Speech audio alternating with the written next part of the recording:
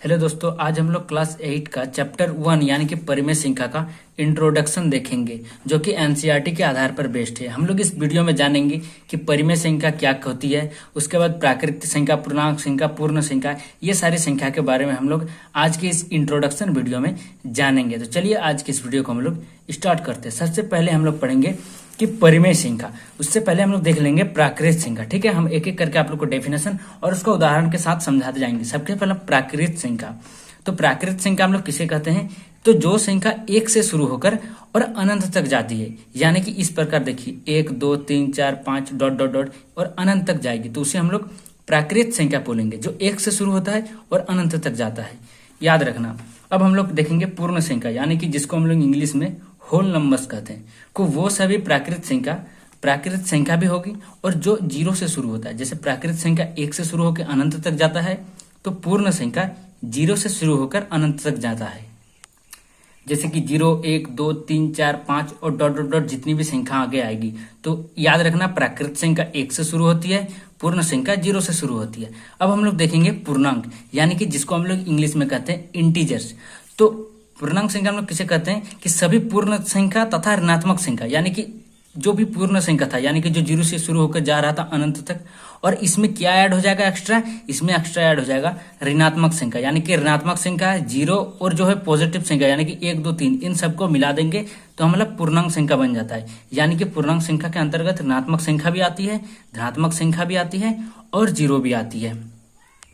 अब हम लोग पढ़ेंगे परिमेय संख्या, जिसके आधार पर ये चैप्टर बेस्ड है। तो परिमेय संख्या हम लोग किसे कहते हैं? तो ऐसी संख्या है जिसे हम लोग पी बाई क्यू के रूप में लिख सकते हैं, जिसे हम लोग पी बटे क्यू के रूप में लिख सकते हैं। जैसे कि हो गया 2/4, इसको हम लोग पी बटे क्यू के रूप में लिख सकते हैं। तो ये हमारा परिमेय संख्या हो जाएगा, जहां पी तथा क्यू क्या है?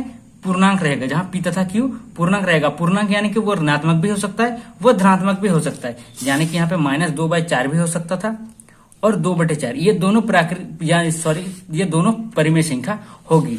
और यहाँ एक बात ध्यान रखना कि q is not equal to 0 होता है। जो परिमेय संख्या होगा वो वहां पे q 0 नहीं आएगा।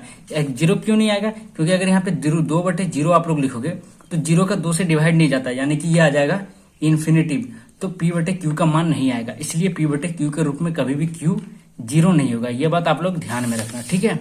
अब आप लोग परिमेय संख्या भी अच्छे से समझ गए होंगे, ये ऋणात्मक भी हो सकती है, धनात्मक भी हो सकती है। अब हम लोग देखेंगे धनात्मक तथा ऋणात्मक परिमेय संख्या, यानी कि positive and negative rational numbers. तो धनात्मक मतलब क्या होता है? जितनी भी पॉजिटिव संख्या होती है, जितनी भी प्लस होती है, उससे हम लोग धनात्मक कहते हैं। और ऋणात्मक जो कि माइनस में रहता है, यानी कि जैसे 2/5 ये हमारा प्लस में है, तो ये धनात्मक परिमेय संख्या हो जाएगा। ये हो जाएगा धनात्मक परिमेय संख्या। और अगर यहीं पे -2/5 रहता तो ये हमारा ऋणात्मक परिमेय संख्या बन जाता। ये बहुत ही इजी है, आप लोगों को समझने में बहुत आसान लगेगा, क्योंकि मैं एकदम आसान से समझाऊंगा। तो ये हो गया हमारा धनात्मक परिमेय संख्या, ये हो गया ऋणात्मक परिमेय संख्या, ठीक है। अब है समतुल्य परिमेय संख्या, जो कि इस चैप्टर में क्वेश्चन में आने वाला है कि समतुल्य परिमेय संख्या। तो अगर आप लोग इसको पहले से जान के रखोगे तो आप लोग के लिए भी अच्छा रहेगा। तो समतुल्य परिमेय संख्या मतलब होता है उसके ही समान, उसके ही तुल्य। समतुल्य का मतलब क्या होता है? समतुल्य का मतलब होता है सम जोड़ तुल्य, यानी कि उसी के समान, उसी के तुल्य, ठीक है। जैसे अब 2/5 है, तो इसी के समान क्या हो जाएगा? जैसे हम ऊपर में भी 2 गुना करेंगे और नीचे में भी 2 गुना करेंगे। अगर नीचे 2 गुना किए तो ऊपर में भी 2 गुना करेंगे, तो क्या हो जाएगा? 2 दूनी 4 बटे 5 दूनी 10, यानी कि 2/5 और 4/10। ये 2/5 का 4/10 समतुल्य परिमेय संख्या। कैसे? अब आप इसको काट दो, 2 दूनी 4 2 पंचे 10, देखो वही सेम संख्या आया 2/5। तो 2/5 4/10 का क्या था? समतुल्य परिमेय संख्या। इस बात को आप लोग ध्यान में रखना। तो ये था हमारा परिमेय संख्या का इंट्रोडक्शन वीडियो, और कल से 1.1 का सवाल नंबर को हम लोग हल करने वाले हैं। अगर चैनल पर नए हो तो चैनल को सब्सक्राइब करके, वीडियो को लाइक करके, बेल आइकन को ऑल पे सेट कर